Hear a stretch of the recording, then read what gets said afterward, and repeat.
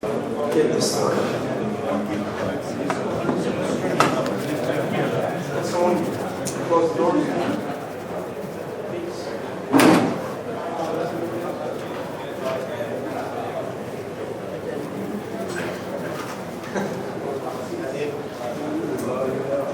Thank you. Yeah.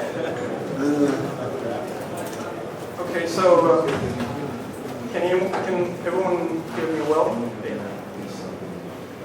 So I'm Samuel Ortiz. I work for the Intel Open Source Technology Center, and I'm going to talk about NFC, near-field communication on Linux.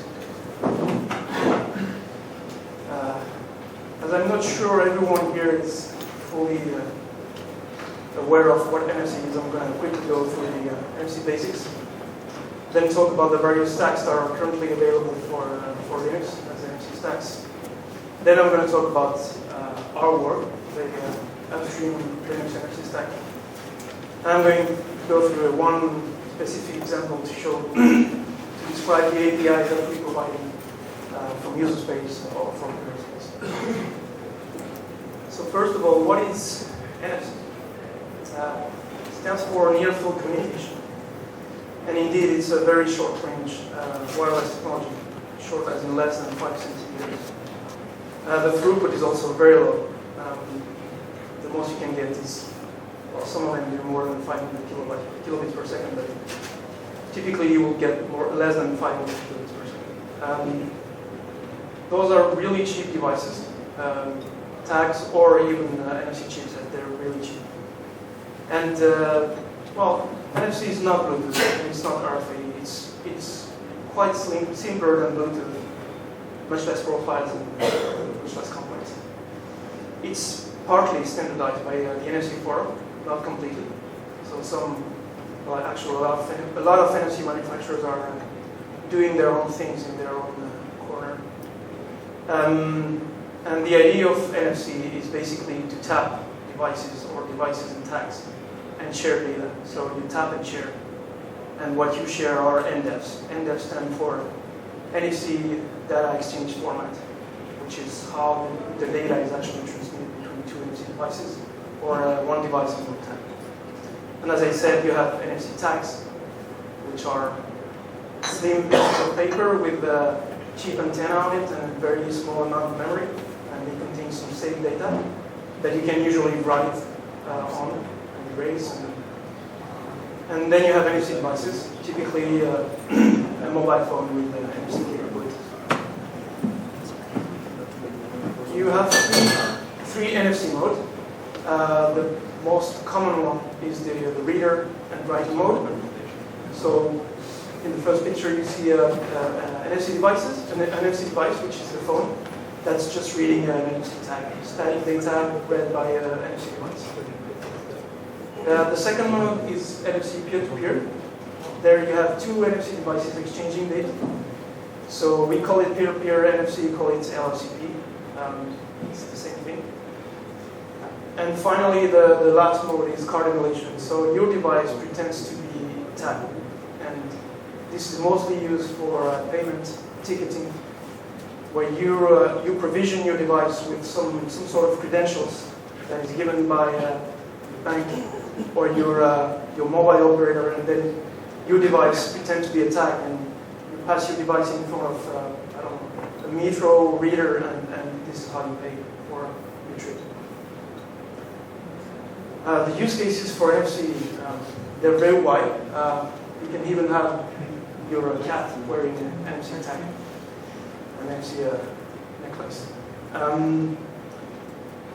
A lot of use cases, but it's all around data exchange. So you can exchange URLs, business card, playlists, images, and whatever you want. You can also do connection handover, and this is another use case for NFC. You can switch carrier through NFC. So you can have two NFC devices talking to each other through peer-to-peer, and then establishing a Bluetooth pairing thanks to the NFC connection. Or you can do that with Wi-Fi as well. So you touch the Wi-Fi access point, and all of a sudden your phone connects to your access point. Another use case that a lot of operators, mobile operators, are interested in is payment and loyalty cards or ticketing. And finally, you have other use cases like security and access control. So, for example, you could think of having a car without keys, and the key would basically be your mobile phone. So, this is for the NFC basics. Now I'm going to talk about the existing open source stacks, and basically the ones that were there before we started all this work, the upstream NFC work. To summarize it, all of those stacks are basically trying to be the Android stack. There is one Android stack right now, but all the other ones are fighting for that. So, as far as the NFC and Linux is concerned, Android is the single supported platform. There is no kernel support. There was no kernel support for NFC. And standard Linux distribution did not support NFC. Did not support NFC. The two main stacks are, as I said, two Android stacks. So you have the official Android stack, which is the Linux NFC, which is provided by NXP to Android, and another one, which is a stack built by Inside Secure, who is another NFC hardware manufacturer, and it's called OpenNFC. They basically share the same issues as far as I'm concerned. They're 100% user space stack, and they're using ad hoc kernel interface. By ad hoc, I mean they're talking to /dev/pn544 or /dev/microread, which are devices, character devices created out of the blue by some drivers that are not upstream. So if you want to use those stacks, you have to patch your kernel, and those stacks will use a specific kernel interface that does whatever it wants to do. Actually, it's a really raw interface, so the character device is just a gateway. It takes the whole NFC frames and passes that to the I2C bus or SPI bus. A major issue that those two stacks share is that they're only supporting their own hardware. So the NXP stack, for example, only supports the NXP hardware, and the Inside Secure stacks only support the microread hardware. So if you want to build an Android phone and you want to have NFC support on it, when time comes and you have to choose your NFC chipset, you actually don't have any choice. You have to call NXP and order a few thousand of those chipsets, whatever the price is, because the Android stack won't support anything else. Inside Secure is trying to enter that market, so you can build your Android image with an Inside Secure support, but then you will only support the microread hardware, which is Inside Secure hardware. Both of those chipsets are HDI chipsets, so HDI is a protocol that's used for communication between host and target, and this is a fairly old, actually really old interface. That was not designed for NFC, but that is used by NFC from a manufacturer for that purpose. Those two stacks, well, they have no community around. They have no source code repository where you can follow the development on a daily basis. So, for example, the Inside Secure stack is a toggle that they release every so 3, 4, 5, 6 months, and you get this massive toggle with huge change log, and you don't know what happened in between, and you cannot actually really contribute to it. They have some forums where they answer some questions, but if you want to add some code to that, it's actually tricky. The Android stack is the same way. So NXP supports it and actually develops it. Google maintains it in some way for their phones. And then you see some comments from time to time and some huge patch set coming in, and that's all you can do, see and watch it.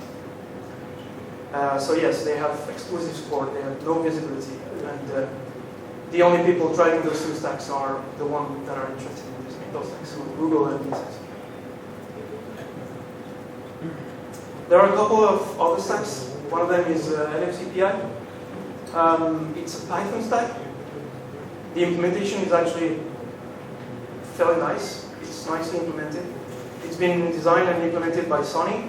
So they have a source code repository. They have the development process is much more open, and it's intended to be the reference implementation. So for example, for NFC certification, people will use this stack, and you can run the NFC certification test against this stack. It's been implemented by one of the guys who defined most of the NFC space. So it's really intended for that purpose. So they're really restricted on the hardware support. They don't support HCI or NCI. They only support USB dongles. The last stack that I want to mention is libNFC. That's more of a academic project. It's missing quite a bit of feature. They have a community around it, so you can see people contributing to it. But once again, they only support, their hardware support is fairly limited. So now I'm going to talk about our stack, what we've been doing for the last year or so. Yes, this is yet another stack. Why do we want to do that? So first thing is we want to have hardware independence. So we really want to have a stack that supports as many hardware chips, NFC chipset as possible, and then in an independent way. So your application won't know that it's using a specific stack and will use the same API, be it on an NXP chipset or an Intel chipset or an Insight chipset. It doesn't matter. We want to provide NFC for non-Android platform, for Linux as a generic platform. And we also want to provide POSIX NFC APIs. So NFC in the peer-to-peer case, mostly in the peer-to-peer case, is really a networking technology. So we thought it would be a good idea to provide real POSIX APIs, networking APIs for the NFC specific case. So our stack implementation is split between kernel and user space. So the lower levels of the stack are implemented in the kernel, and you have drivers that are talking to the internal NFC APIs. And then on top of that, you have the POSIX APIs that the application can talk to. We want to have consistent behavior in APIs, as I mentioned before. So whatever your hardware is, the APIs, the high-level APIs, and even the user space, the first user space APIs, will be the same and will be consistent across hardware. And last but not least, we want to have a fully open development process. So this is what we achieved I hope we achieved with the Linux NFC stack. So this is actually the official NFC Linux kernel stack. So it's upstream since Linux 3.1, and it's maintained by Intel. As many kernel trees, it's on git.kernel.org. Not only the kernel tree, but also the user space link, which I will talk about later. It's GPL v2 license, and it's a fairly young project, so it's only 1.5 years old.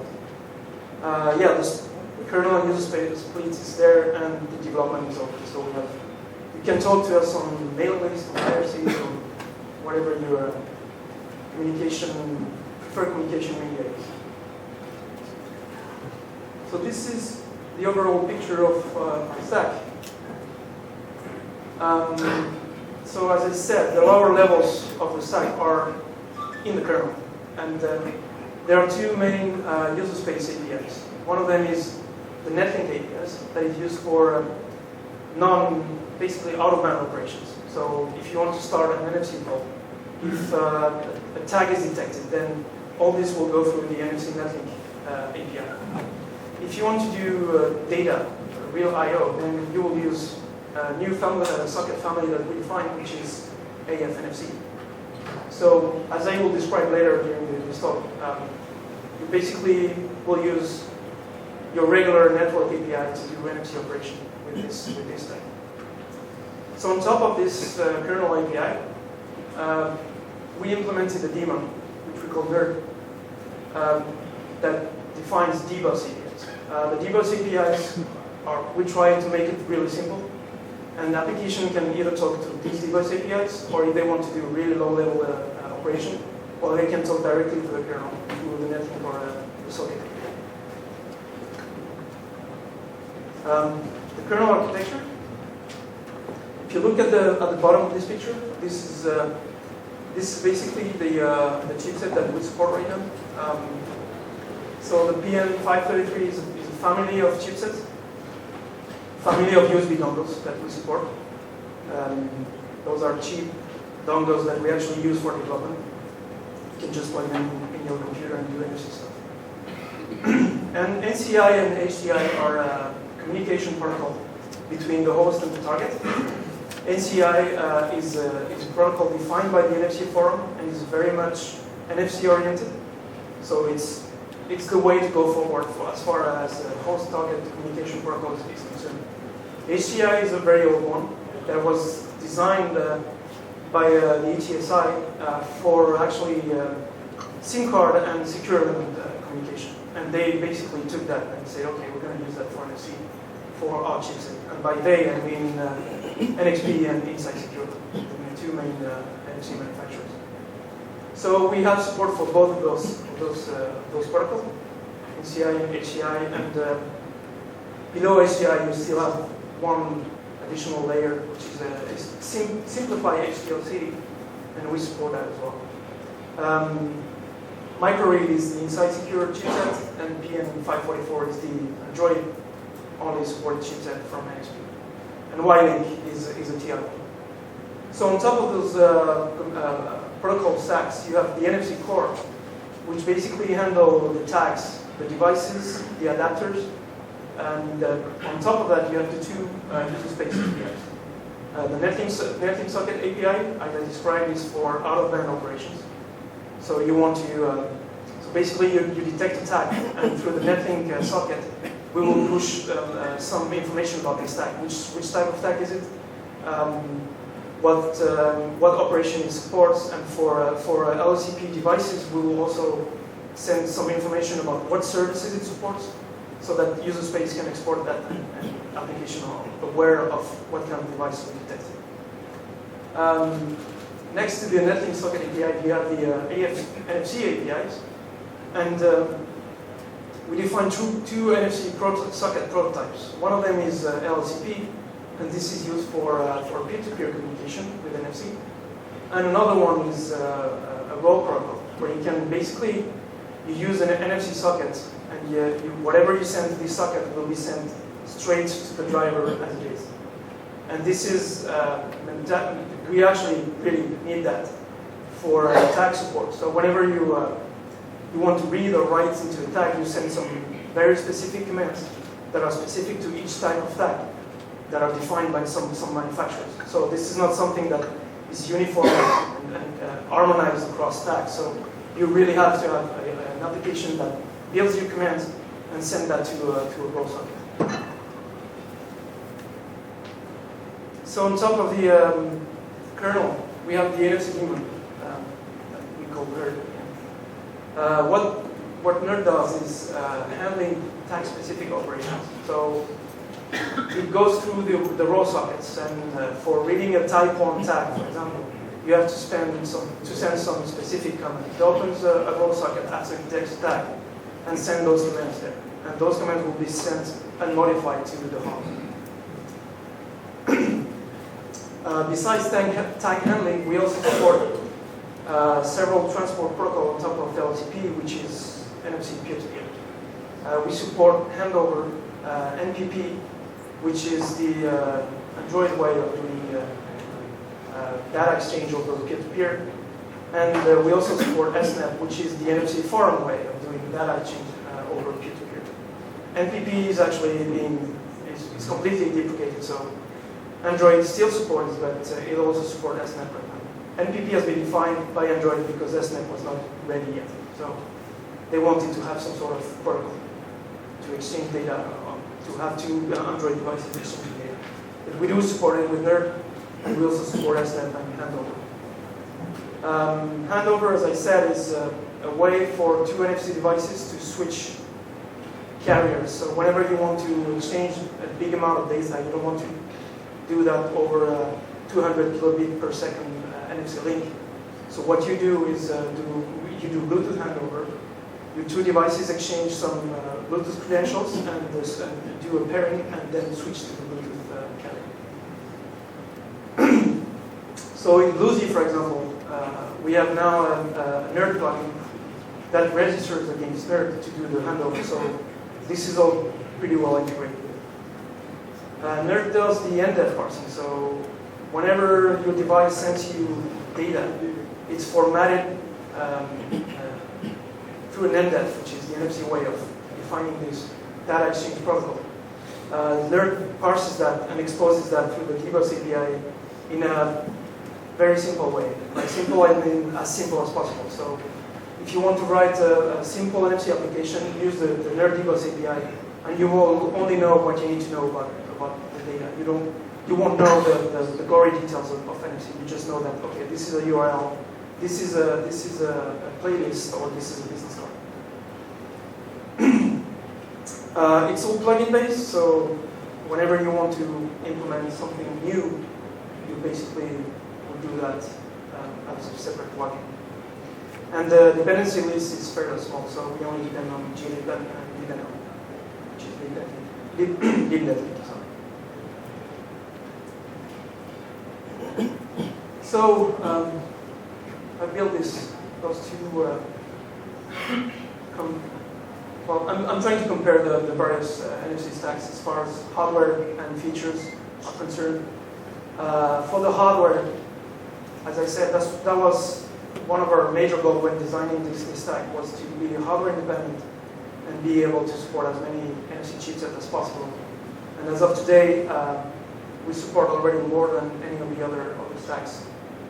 We support NXP PM544 and PM53X, so 533 and 532.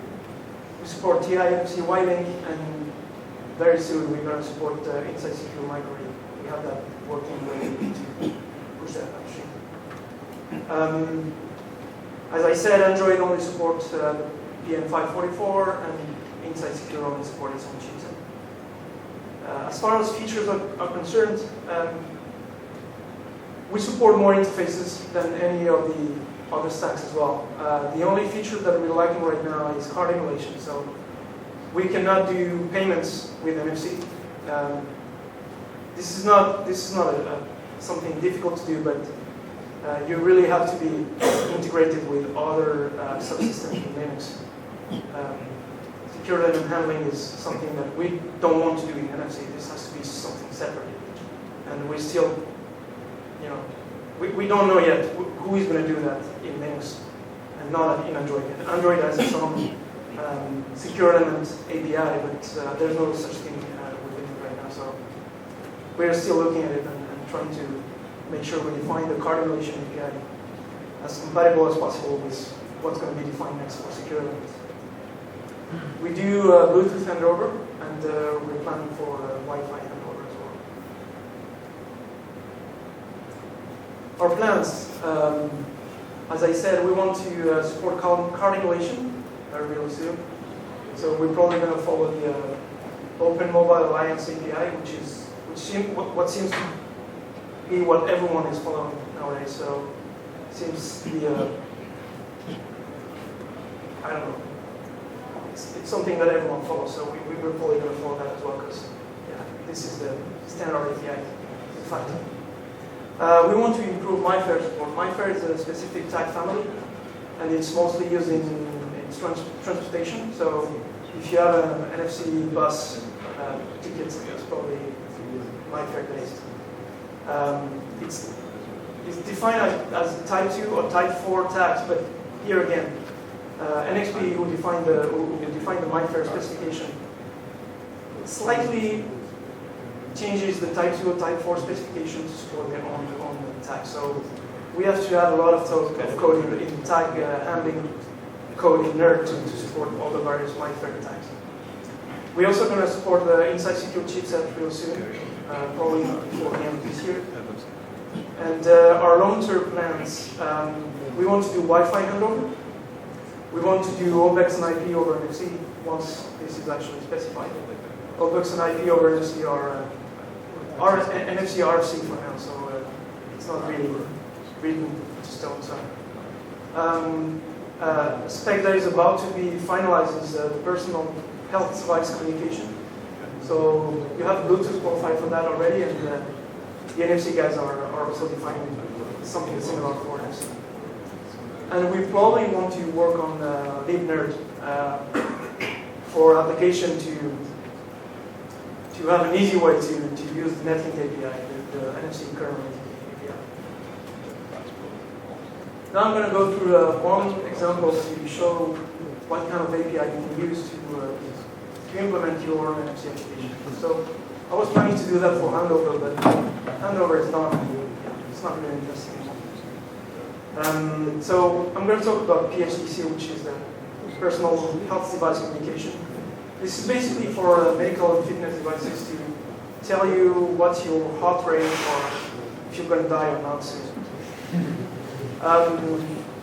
The NFC spec basically says that you can use NFC or NFC as a carrier to exchange this data. You can use two modes, peer-to-peer or a very awkward reader-writer mode that nobody's probably going to implement that. So you can use peer-to-peer to have two of those devices or one medical devices telling your computer that, okay, this guy is about to have a heart attack. So you could implement that in two ways. The first one is with NERD. So PHDC over LCP with NERD would basically be implemented as a separate plugin.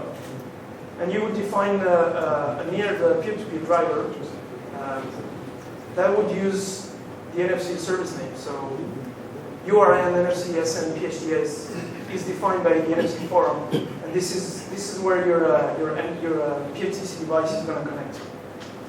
You define a read method, and then you register that as a peer-to-peer driver. Once you register that, basically you have a PHDC NFC server running and ready to accept connection from a PHDC device. For PHDC, since PHDC is not exchanging NDEFs, but is exchanging IEEE 11073 APDUs and not NDEFs directly, we will probably have to define the new dbus API for passing the file descriptor and some specific event like a device is detected or a connection, PHDC connection is up and running. So this is one way to implement that. But if you want to go the hardware, you can do a role implementation. So you have two types of PHDC devices, the manager or device. What they call manager is basically a server, which is a PHDC device waiting for incoming connections. And if you do that, well, if you look at the code here, it really looks like your basic TCP server code. So you open a socket, but you just say, okay, I want to have an NFC socket. And I want to do LCP, which is peer-to-peer. On the socket address, you define the service name, and then you buy your socket, and you're done. You have your NFC server running. On the other side, you have the PHDC device. And here as well, it really looks like your typical TCP client. Again, you open a socket, then you define your address. The difference between this one and this one is that you need to define the target index. So this is where you want to connect to. This is basically your IP, your server IP, where you want to connect. Once you have that defined, you call connect on this file descriptor with the address that you defined, and you're connected. And you can send and receive as you would do with the TCP client. So this is all. I'm just showing that to let you know. To show you that, well, this is real POSIX APIs, and if you want to do NFC over the NFC kernel APIs, you won't do something out of it, you will just do something that you already know. And I'm done. If you have, yeah, so as I said, this is all on kernel.org. The NFC daemon, the kernel is there as well, and we're not hiding anything. Whenever we have something there ready, we're pushing that there. All the kernel patches are going through a mailing list on 01.org, and we even have a website. And if you want to talk to me directly, this is my email address. And now I'm taking questions.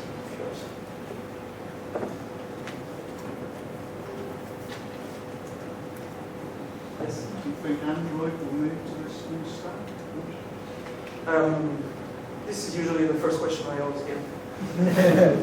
Is Android planning to move to this stack? I'm not a Google employee, so I don't know. What I know is that Android and Google are trying to move to a more hardware-independent architecture because they want OEMs to actually have some flexibility on their bill of material as far as NFC is concerned, even if it's cheap. So they're moving to a more hardware-independent architecture, or they're planning to.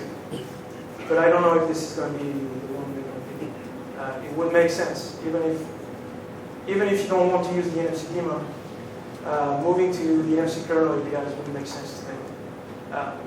Time will tell us. I don't know. Yes.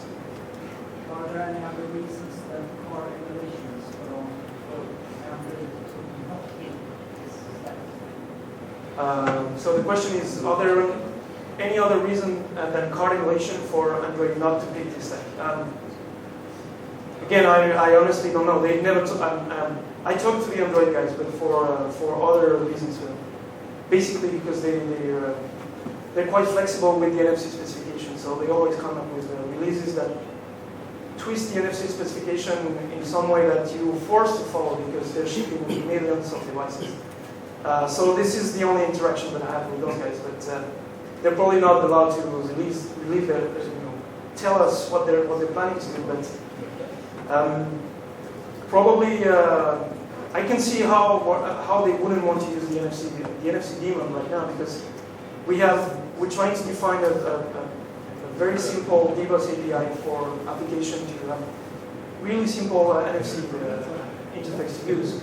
And if you look at the NFC Android APIs, they're actually much more lower level. So, but you could really easily define those APIs on top of the existing kernel APIs right now, except for card emulation. With card emulation, the bulk of the work is actually done by the secure element part and not by the NFC one. The NFC one is just, the NFC API would basically just be, okay, start card emulation on the specific hardware. And once you start card emulation on the NFC hardware, the NFC radio is actually hijacked by the SIM card or by the secure element. And the NFC host doesn't do anything at that point. So the API for the kernel part would be really simple. It's nothing they wouldn't be allowed to define. Yes? Whilst NFC is very short range, but doesn't include that in the devices inside that range. Can you talk us through the device perspective, device selection? The device discovery, actually NFC, I don't know, maybe you're thinking about Bluetooth. NFC device selection is really simple and is actually quite flexible. So you have two devices talking to each other, and they're exchanging what we call general bytes, where if you want, you can tell what kind of services you support. And that's the only thing you can define there. You can say, okay, I support SNET, or I support handover, or I support both. Or you can even tell, you guess.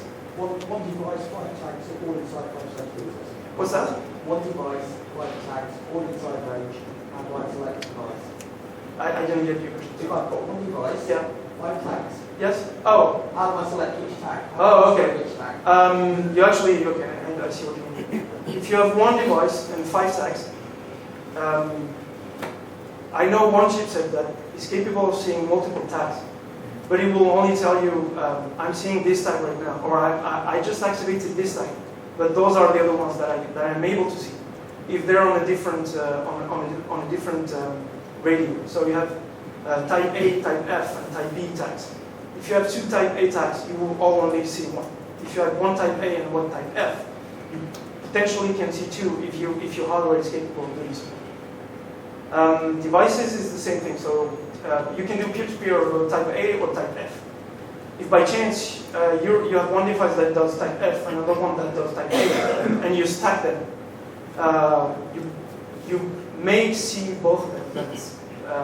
A lot of chipsets actually don't support that, and only will tell you the first one that they see, activate that one and stop all of that. So most of the time, if you have 5 tags, you will only see one, the first one that's selected. No more questions? Okay, thank you.